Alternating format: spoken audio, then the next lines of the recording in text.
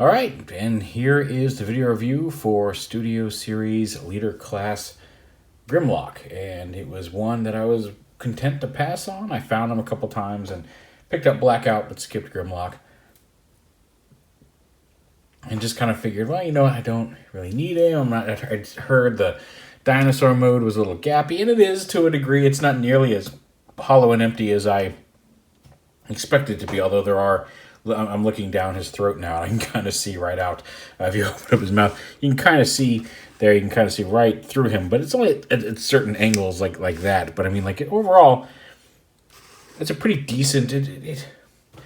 It's a good-looking mechanical shard dinosaur.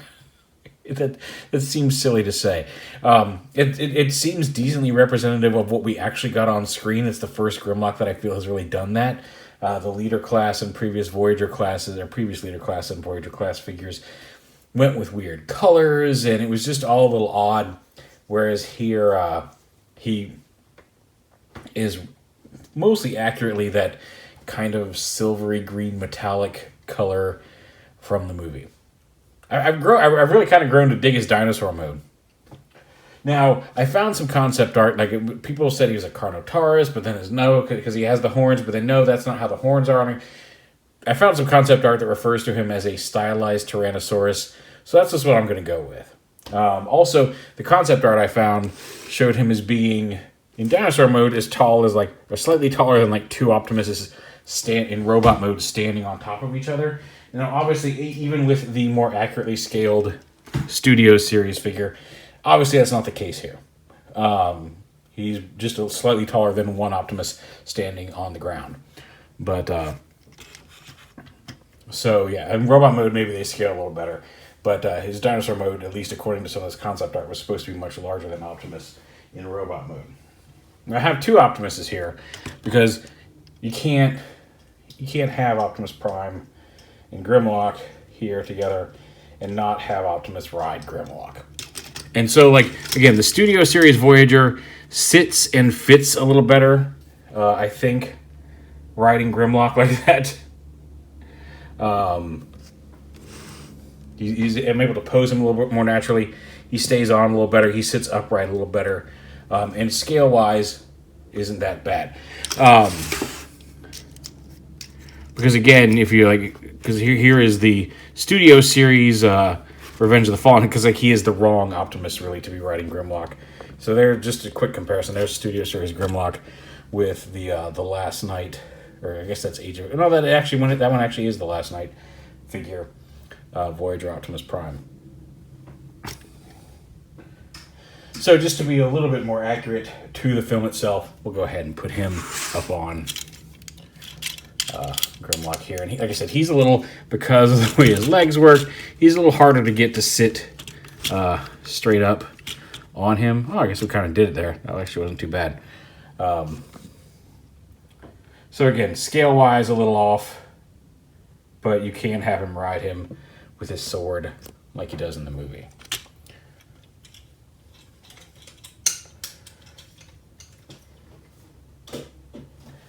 Not a whole lot of gimmicks on him. He doesn't have any spinny blades. His mouth does open and close. I really like his red eye here. Like I said, there's some really wonderful detail in this figure. Like the shape, this sculpt on his teeth. And the deco is, like I said, it's kind of a silvery green. And it's just dry brushed on, which means... every GRIMLOCK is probably unique. I seriously doubt they managed to match every single brush stroke on this dude across every figure. Well, which is kind of cool as well. Yeah, he's got little arms down here on a ball joint. The jaw. You can kind of rotate his head like this. You're not really supposed to. That's more of his shoulder arm joint, as well as his tail. This falls down a lot. It doesn't really... I wish there was some sort of little tab on here. This is like the back flap for his robot mode. And I wish there was some sort of tab that locked in to hold this together with the tail. You can see this is the mace part of his other arm with the fake dinosaur head split apart upside down here on the back. It also can rotate, but again, that's really more the shoulder joint for the robot mode than any meaningful articulation in dinosaur mode. You can move the tip of his tail a little bit, but that's really about it for his tail. I guess you can kind of wag it a little bit, but nothing else comes with it. And then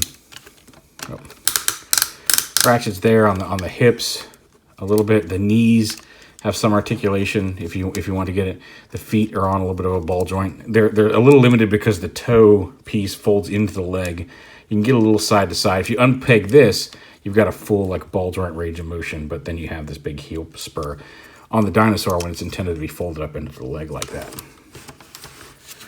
But all in all, like I said, I'm surprisingly happy with how this looks here in dinosaur mode. A little hollow, but not horrible. Transformation is simpler than it would seem. Although I have the waist piece here, this little waist armor piece is my biggest problem with the whole thing, which you'll see in a minute. So basically just come out here, get these hip pieces out of the way of the transformation, flip this up, unpeg the legs. You can see they're tabbed on right here to the body on each side. Bring those all the way down and around. Go ahead and bring this down. You can rotate. Actually, I want to go ahead and lift up this head piece and bring it back. This fist piece, you have to kind of push past this piece, and it can be a little difficult. Somebody was saying if it doesn't fit, you can trim some plastic. I've had no issue doing it, but it does require a little bit of force to move up through there to fit up under the jaw, because this is one arm over here. Rotate it around, flip the jaw up like this onto the arm, and then these smaller arms you can kind of either, I like to fold them around like that just to kind of keep the arm bulk even, but I mean you can fold them up however you want. Go ahead and bring it all the way in until this locks into place. You can see there's a hinge here. I want to lock that because here's his elbow joint. This whole chest piece flips out, and then his head rotates up.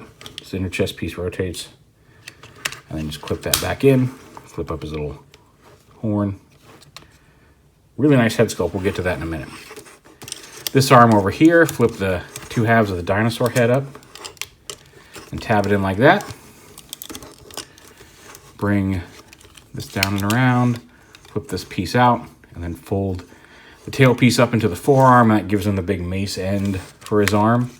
Now the legs, here's where it gets tricky, because the legs themselves, you can see they clip in up into here as well as together. That part in of itself is not difficult. You just gotta line everything up and push them up into here and lock it in place. It helps to lock one side in and then bring the other side up and snap it together so the whole crotch assembly locks together up here under the robot mode.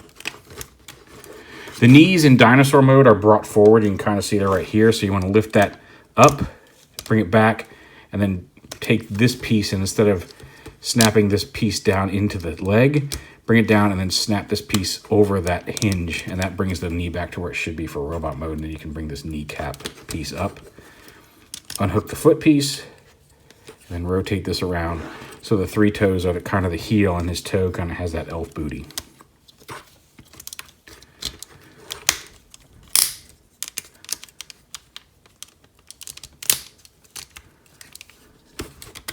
And like I said, here's the one issue I have with this, and don't worry, we'll pan up here in a minute. These pieces, you can clearly see how they're supposed to fit around this waist piece. And like I can usually get one side in very easily, and I don't know why this other side just does not want to line up. So you kind of have to force it and wiggle it, and if it doesn't line up just right, it's very easy to... There's a friction hinge up here, like right here where it flips up. That's just a friction hinge. There's no pin, so it's very easy to... That's actually the easiest it has ever done.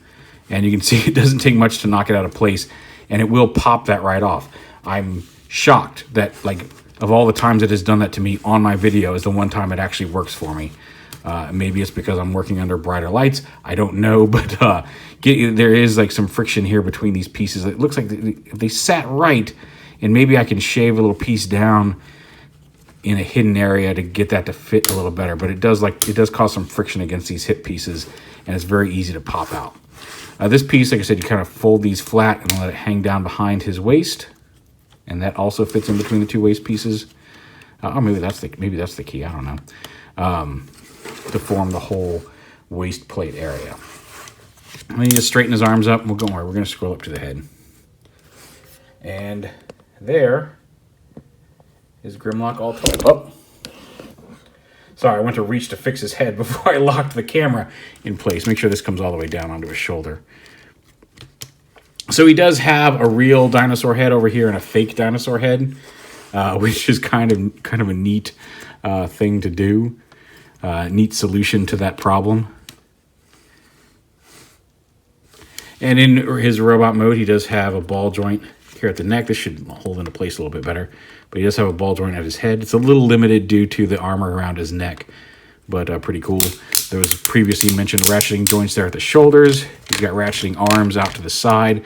He does have a bicep swivel here, as well as an elbow swivel or an elbow hinge here. This is just one solid, aside from this piece that flips up, this is just a big solid, like, wacky mace weapon.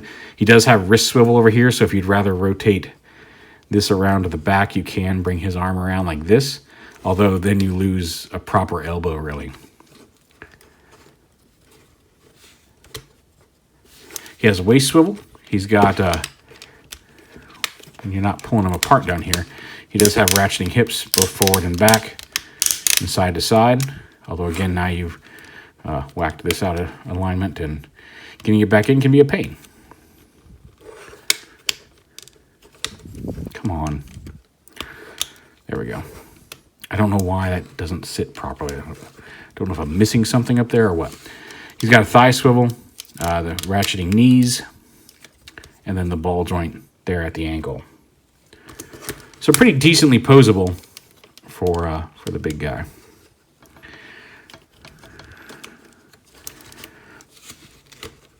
I'm going to zoom in on this head sculpt because, like I said, I didn't realize just how cool his head actually looks. Again, it's a movie bot, but it's actually, while I would argue about how actual GRIMLOCK-esque it is,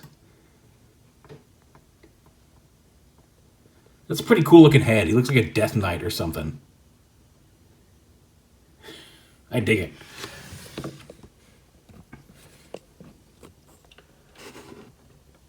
Okay, focus on him there.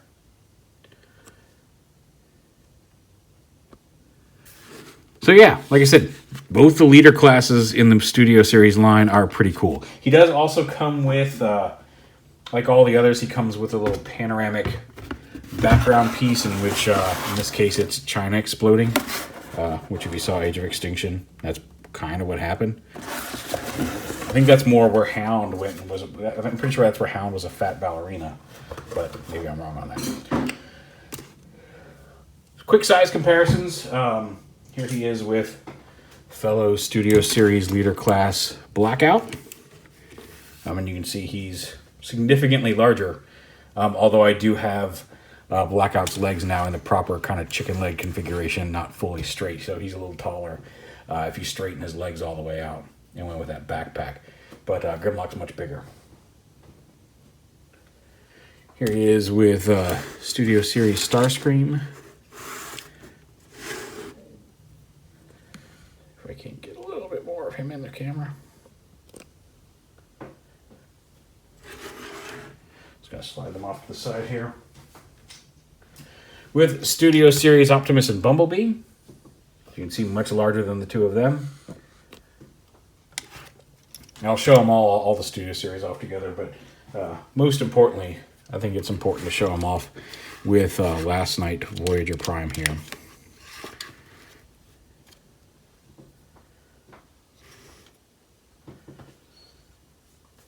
So yeah, like I said, wasn't intending on getting as many Studio Series as I have, but once I saw them on the shelf, it's harder to resist them when you see them in hand, both just in general, and two, because these are some really well done figures. I'm very happy with how the Studio Series has turned out. There's all the 5 that I have all together.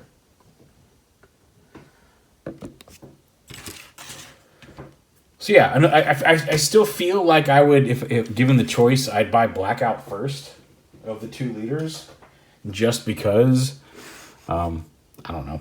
But I can't argue that GRIMLOCK isn't a good figure. He's actually pretty awesome and intimidating in hand.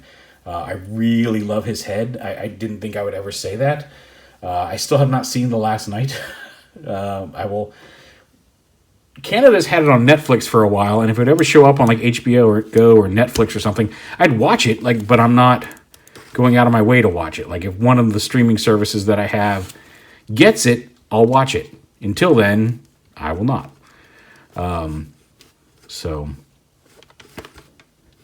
But yeah, like I said, I'm suitably impressed with him. I love his head sculpt. It does not scream Grimlock to me, but he doesn't have to be Grimlock. He can just be a generic robot in my army if I feel like it. But yeah, and the paint job, very impressive that they've done it. I wish this hip plate were a little better, or waist plate were a little better. But all in all, that's finally a toy that does, I think, a decent job of representing what we got in the movie in plastic toy form.